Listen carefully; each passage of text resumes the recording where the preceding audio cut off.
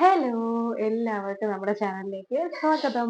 അപ്പോൾ ഇന്നും നമ്മുടെ വീഡിയോ എന്ന് പറയുന്നത് വേറൊന്നുമല്ല, ഓണം ഡീപ്പ് ക്ലീനിങ് വീഡിയോ തന്നെയാണ്. എൻ്റെ ബാക്ക്ഗ്രൗണ്ട് ഒക്കെ കാണുമ്പോൾ മനസ്സിലാവും ഞാനിപ്പോൾ കിച്ചണിലാണ് നിൽക്കുന്നത്. നമ്മുടെ ഇന്നത്തെ ക്ലീനിങ് നടത്താൻ പോകുന്നത് കിച്ചണിൽ തന്നെയാണ്. അപ്പോൾ നമുക്ക് പെട്ടെന്ന് ക്ലീനിങ്ങിലോട്ട് പോകാം. അപ്പോൾ ദേ ഇപ്പം നമ്മുടെ കിച്ചൺ ഇരിക്കുന്നത് ഈ ഒരു രീതിയിലാണ്. ഞാനിന്ന് ഫുഡൊക്കെ ഉണ്ടാക്കിയിട്ട് ക്ലീൻ ഒന്നും ചെയ്തിട്ടില്ല. ഗ്യാസ് സ്റ്റൗ ഒന്നും തുടച്ചിട്ടില്ല. പിന്നെ ഫുഡ് ഉണ്ടാക്കിയതൊക്കെ ഞാൻ ദേ ഇവിടെ തന്നെ വെച്ചിട്ടുണ്ട്. പിന്നെ ഇത് പാത്രങ്ങൾ കഴുകിയെടുത്ത് വെച്ചേക്കുന്നതാണ്. ഇന്ന് ക്ലീൻ ചെയ്യണമെന്ന് വിചാരിച്ച് പ്ലാൻ ചെയ്ത് വെച്ചിരുന്നത് കൊണ്ടാണ് ഞാൻ ഫുഡൊക്കെ ഉണ്ടാക്കിയതിന് ശേഷം ക്ലീൻ ചെയ്യാതിരുന്നത് കേട്ടോ. എന്തായാലും നമ്മൾ ഒന്നുകൂടെ ചെയ്യണമല്ലോ, അതുകൊണ്ട് ഞാൻ അപ്പോൾ എല്ലാം കൂടെ ചെയ്യാമെന്ന് വിചാരിച്ചു. അപ്പോൾ ആദ്യത്തെ പടിയായിട്ട് ഞാൻ സ്ലാബിലുണ്ടായിരുന്ന സാധനങ്ങളെല്ലാം എടുത്ത് മാറ്റി. സ്ലാബിലുള്ള സാധനങ്ങൾ മാത്രമേ മാറ്റിയിട്ടുള്ളൂ, കാരണം ഈ ഷെൽഫിനകത്ത് നമ്മൾ മാറ്റണമെന്നില്ല, അതിനകത്തോട്ട് അങ്ങനെ പൊടി വീഴില്ല. പക്ഷേ സ്ലാബിൽ അടിച്ചിട്ടുന്നതെല്ലാം വീഴാറുണ്ട്. വല അധികമൊന്നും ഉണ്ടായിരുന്നില്ല മേളിലൊന്നും, പക്ഷേ ജനലിൽ കുറച്ച് വലയൊക്കെ പിടിച്ചിരിപ്പുണ്ടായിരുന്നു കേട്ടോ. അപ്പോൾ അത് ഞാൻ ആദ്യം ചൂല് വെച്ച് തട്ടി. പിന്നെ ആ ഗ്ലാസ് ഉണ്ടല്ലോ, നമ്മുടെ ജനലിലെ ഗ്ലാസ്സിലും കുറച്ചൊക്കെ പിടിച്ചിരിപ്പുണ്ടായിരുന്നു. അപ്പോൾ അത് ഞാൻ ഇതിൻ്റെ ഇടയിൽ കൂടെ തന്നെ എങ്ങനെയൊക്കെ ചൂലകത്തോട്ടൊക്കെ കയറ്റിയിട്ട് പെട്ടെന്ന് തന്നെ അതൊക്കെ ഒന്ന് അടിച്ചെടുത്തു. പിന്നെ എല്ലാ പൊടിയും പുറത്തോട്ടേ പോകുള്ളൂ കേട്ടോ, അകത്തോട്ട് അങ്ങനെ വരാറില്ല, അതുകൊണ്ട് അത്ര കുഴപ്പമില്ല. പിന്നെ എല്ലായിടത്തും ഉള്ള വലയൊക്കെ ആദ്യം ഞാൻ അടിച്ച് ക്ലിയർ ആക്കി. എന്നിട്ട് ഷെൽഫിൻ്റെ പണിയിലോട്ട് നിന്ന് കേട്ടോ. ഷെൽഫിൻ്റെ പണിയെന്ന് വെച്ചാൽ ഇവിടെ കുറച്ച് സാധനങ്ങൾ ഞാൻ ആകെ അലങ്കോലമൊക്കെ ഇട്ടിട്ടുണ്ടായിരുന്നേ. അപ്പോൾ അതുകൊണ്ട് അതൊന്ന് മൊത്തത്തിൽ പൊടിയൊക്കെ തട്ടിയിട്ട് ഒന്നുകൂടെ തുടച്ചെടുത്ത് വെക്കണമെന്നുണ്ടായിരുന്നു. പിന്നെ അതിൽ വിരിച്ചേക്കുന്ന ന്യൂസ് പേപ്പറാണ് ഞാൻ വിരിച്ചേക്കുന്നത്. കർക്കിടകത്തിൻ്റെ ക്ലീനിങ് കഴിഞ്ഞിട്ട് ഒരുപാട് ആവാത്തത് കൊണ്ട് തന്നെ അത്ര വലിയ അഴുക്ക് കാര്യങ്ങളൊന്നും ഉണ്ടായിരുന്നില്ല. അപ്പോൾ പേപ്പറൊക്കെ നല്ല നീറ്റായിരുന്നു. അതുകൊണ്ട് ആ പേപ്പറൊക്കെ ഇങ്ങനെ തന്നെ വെച്ചിട്ട് പുറമേ ഞാനൊന്ന് പൊടിയൊക്കെ തട്ടി, എന്നിട്ട് ആവശ്യമുള്ള സാധനങ്ങളൊക്കെ നന്നായിട്ട് അടുക്കി തുടച്ചൊക്കെ എടുത്ത് വെച്ചിട്ടുണ്ട്. ഇനി താഴത്തെ സെക്ഷനാണ്. അപ്പോൾ അവിടെ ഇരുന്ന പൊടിയും സാധനങ്ങളെല്ലാം ഞാൻ എടുത്ത് മാറ്റി. അവിടത്തെയും പേപ്പറിനൊന്നും ഒരു കുഴപ്പമുണ്ടായിരുന്നില്ല. അപ്പോൾ അവിടെയും ഞാൻ ജസ്റ്റ് ഒന്ന് പൊടിയൊക്കെ അടിച്ചു. ഇപ്പം ഞാൻ എന്തായാലും പൊടികളൊന്നും തീരുന്നതൊന്നും തട്ടിയൊന്നും വെച്ചിട്ടില്ല. ഒരു ഐറ്റം മാത്രമേ ഞാനിവിടെ തട്ടി വെച്ചിട്ടുള്ളൂ. ബാക്കിയൊക്കെ ഇനി ഓണത്തിന് വേണം നമുക്ക് വാങ്ങിക്കാൻ വേണ്ടിയിട്ട്. അപ്പോഴേ എല്ലാം നിറച്ചൊക്കെ വെക്കുള്ളൂ കേട്ടോ. താഴത്തെ തട്ടിന് വേറെ പ്രശ്നമൊന്നും കാണില്ല. മേളിലത്തത് ഈ പൊക്കം കൂടുതലായതുകൊണ്ട് എനിക്ക് എത്താത്തത് കൊണ്ട് തന്നെ ഞാൻ എടുക്കുന്ന സാധനങ്ങൾ കിട്ടുന്നിടത്ത് എങ്ങനെയെങ്കിലും കയറ്റി വെക്കാം.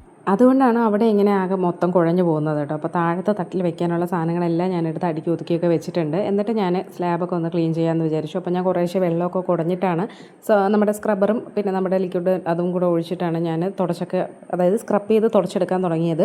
ഓരോ സെക്ഷനായിട്ടേ നമുക്കിത് ചെയ്യുമ്പോൾ ചെയ്യാൻ പറ്റുള്ളൂ. കാരണം നമ്മളിത് മൊത്തത്തിൽ ഒന്നിച്ച് നമുക്കങ്ങ് തേച്ചൊരച്ചതിന് ശേഷം തുടച്ചെടുക്കാമെന്ന് വിചാരിച്ചാൽ നമ്മൾ ആദ്യം തുടച്ചിടും പെട്ടെന്ന് ഇത് ഉണങ്ങി പിടിക്കും. അങ്ങനെ ആകുമ്പോഴത്തേക്കും പിന്നെ നമുക്ക് ഇരട്ടി പാടാണ്. നമ്മളത് തുടയ്ക്കും തോറും നനച്ച് തുടയ്ക്കും തോറും അതിങ്ങനെ പതഞ്ഞ് വരും. അതിനേക്കാളും നല്ലത് നമ്മളെപ്പോഴും കുറച്ച് ഭാഗം വെച്ച് തുടച്ച് പോവുകയാണെങ്കിൽ അപ്പം തന്നെ നമുക്ക് ആ സോപ്പും എല്ലാം ഇങ്ങ് എടുക്കാമല്ലോ. പ്ലേറ്റ് ഇരുന്ന ഭാഗമെല്ലാം ചെയ്ത് തീർന്നതിന് ശേഷം പിന്നെ ഇവിടെ കുറച്ച് പൊടിയൊക്കെ മേളയിൽ ഞാൻ തട്ടിയിട്ടിട്ടുണ്ടായിരുന്നേ. അപ്പോൾ അതൊക്കെ ഞാൻ ആദ്യം ചൂല് വെച്ചൊന്ന് തട്ടി മാറ്റിയതിന് ശേഷം വീണ്ടും വെള്ളമൊക്കെ നന്നായിട്ട് കുടഞ്ഞു. പിന്നെ ഈ ഒരു ഭാഗം നോക്കുകയാണെങ്കിൽ ഈ ജനലിൻ്റെ ഈ ഒരു തട്ട് ഒരു സെക്ഷൻ അവിടെ ഇങ്ങനെ ഈ ഗ്രാനൈറ്റ് കൊടുത്തേക്കുന്ന അവിടെ നല്ലോണം പൊടി കാണും. പിന്നെ നമ്മുടെ ഈ സ്റ്റൗ വെച്ചേക്കുന്നതിൻ്റെ അവിടുത്തെ ടൈൽസ് അതിൽ നന്നായിട്ട് പൊടി കാണും. അതുപോലെ സ്റ്റൗവിൻ്റെ അടിഭാഗത്ത് നന്നായിട്ട് എന്തെങ്കിലുമൊക്കെ വീണ് കിടപ്പുണ്ടെങ്കിൽ അതുമൊക്കെ കാണും കേട്ടോ. അപ്പോൾ അതൊക്കെ നോക്കി നന്നായിട്ട് തന്നെ ഞാൻ ഉരച്ചൊക്കെ എടുത്തിട്ടുണ്ട്. പിന്നെ ഈ സ്റ്റൗ ഉണ്ടല്ലോ, അതിൽ ഈ ഒരു സ്റ്റീൽ വരുന്ന ഭാഗം ഇച്ചിരി ഒന്ന് തുരുമ്പൊക്കെ പിടിച്ചിരിപ്പുണ്ടായിരുന്നു.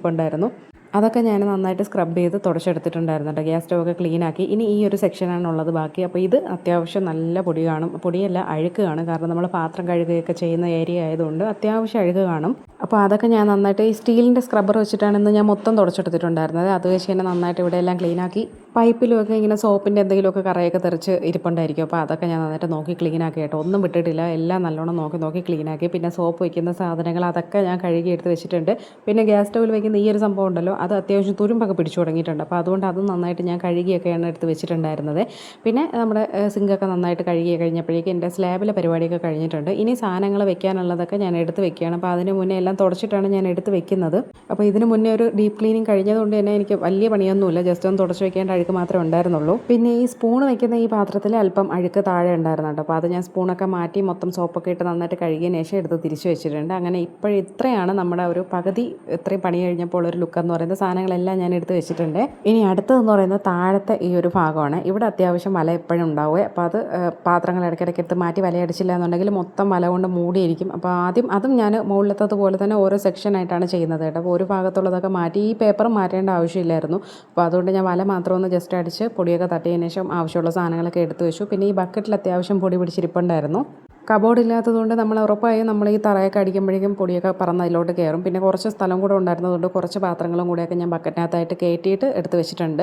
പിന്നെ നമ്മുടെ അരിപ്പൊടി അങ്ങനത്തെ സാധനങ്ങളൊക്കെയാണ് താഴെ ഇരിക്കുന്നത് കേട്ടോ. അപ്പോൾ അതൊക്കെ ഞാൻ സെറ്റാക്കി. ഇനി ഇപ്പുറത്തെ ഭാഗത്താണ് ഞാൻ പാത്രങ്ങൾ വെക്കുന്നത്, ഈ ഷീറ്റിൻ്റെ മേളിൽ.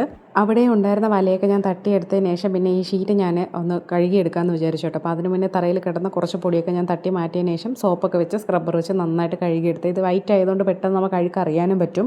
ഇത് മെത്ത വാങ്ങിയപ്പോൾ അതിലുണ്ടായിരുന്ന ഷീറ്റാണ്, പക്ഷേ നല്ല കട്ടിയുള്ള പ്ലാസ്റ്റിക്കാണ്. അപ്പോൾ അതുകൊണ്ട് നമുക്ക് ഇങ്ങനെയൊക്കെ വിരിച്ച് ഉപയോഗിക്കാമല്ലോ എന്ന് എന്തിനെങ്കിലും എടുക്കാമല്ലോ എന്ന് വിചാരിച്ച് എടുത്ത് വെച്ചതാണ്. അപ്പോൾ നമുക്ക് ഇങ്ങനെ ഉപയോഗിക്കാനാണ് നമുക്ക് ഒരു ഭാഗ്യം.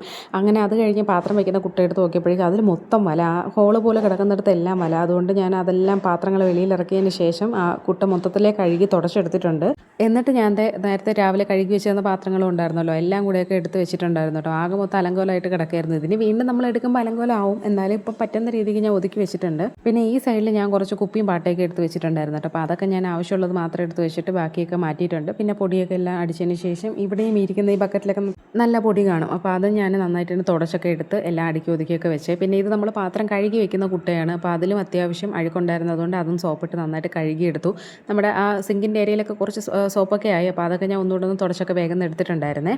ഇനി വേറൊന്നുമില്ല, ഇനി നമുക്ക് വീടിനകമൊക്കെ ഒന്ന് അടിച്ചെടുക്കണം. അപ്പോൾ അത് ഞാൻ മൊത്തത്തിലൊന്ന് അടിച്ചെടുത്തിട്ടുണ്ട്. തടുക്കളയിൽ മാത്രം വേസ്റ്റാണ്. അപ്പം പ്ലാസ്റ്റിക് ഉണ്ടായിരുന്നതിനൊക്കെ ഞാൻ എടുത്ത് മാറ്റി. പിന്നെ പ്ലാസ്റ്റിക്കിൻ്റെ കവറും എടുത്ത് മാറ്റിയതിന് ശേഷം പൊടിയും മലയെല്ലാം ഞാൻ അടിച്ചിറക്കിയിട്ടുണ്ടായിരുന്നു. ഇനി നമുക്ക് തുടച്ചുകൂടി എടുത്താൽ മതിയാവും. അപ്പോൾ ഞാൻ വേഗം തന്നെ തറയൊക്കെ നന്നായിട്ട് തുടച്ചൊക്കെ എടുക്കുന്നുണ്ട്. അത്യാവശ്യം പൊടിയൊക്കെ ഉണ്ടായിരുന്നു. ഇത്രയും പൊടി നമ്മൾ അടിച്ചിറക്കിയതാണല്ലോ, അപ്പോൾ അതുകൊണ്ട് പൊടിയൊക്കെ ഉണ്ടായിരുന്നു. അങ്ങനെ ആ തുടപ്പും കൂടെ കഴിഞ്ഞപ്പോഴേക്കും നല്ല നീറ്റായിട്ട് കിട്ടിയിട്ടുണ്ടായിരുന്നേ അടുക്കള. അങ്ങനെ എല്ലാ ക്ലീനിങ് കഴിഞ്ഞതിന് ശേഷം ഇപ്പോൾ ഇങ്ങനെയാണ് നമ്മുടെ അടുക്കള ഇരിപ്പുള്ളത്. കുറേ കൂടെ സാധനങ്ങളൊക്കെ ആ ബക്കറ്റിനകത്തൊക്കെ കയറ്റിയപ്പോൾ കുറേ കൂടെ സ്ഥലമൊക്കെ വന്നതുപോലെ തോന്നിയിട്ടുണ്ടായിരുന്നു കേട്ടോ. കബോർഡ് ഉണ്ടായിരുന്നെങ്കിൽ പ്രശ്നം ഉണ്ടായിരുന്നില്ല. അപ്പോൾ എന്തായാലും പറ്റുന്ന രീതിയിലൊക്കെ ഞാൻ നന്നായിട്ട് അടുക്കി ഒതുക്കിയൊക്കെ വെച്ചിട്ടുണ്ട്. വീഡിയോ എല്ലാവർക്കും ഇഷ്ടപ്പെട്ടോ എന്നുള്ളതൊക്കെ പറയുക. അപ്പോൾ അടുത്ത ക്ലീനിങ് വീഡിയോ ആയിട്ട് കാണുന്നവരെ ടാറ്റാ.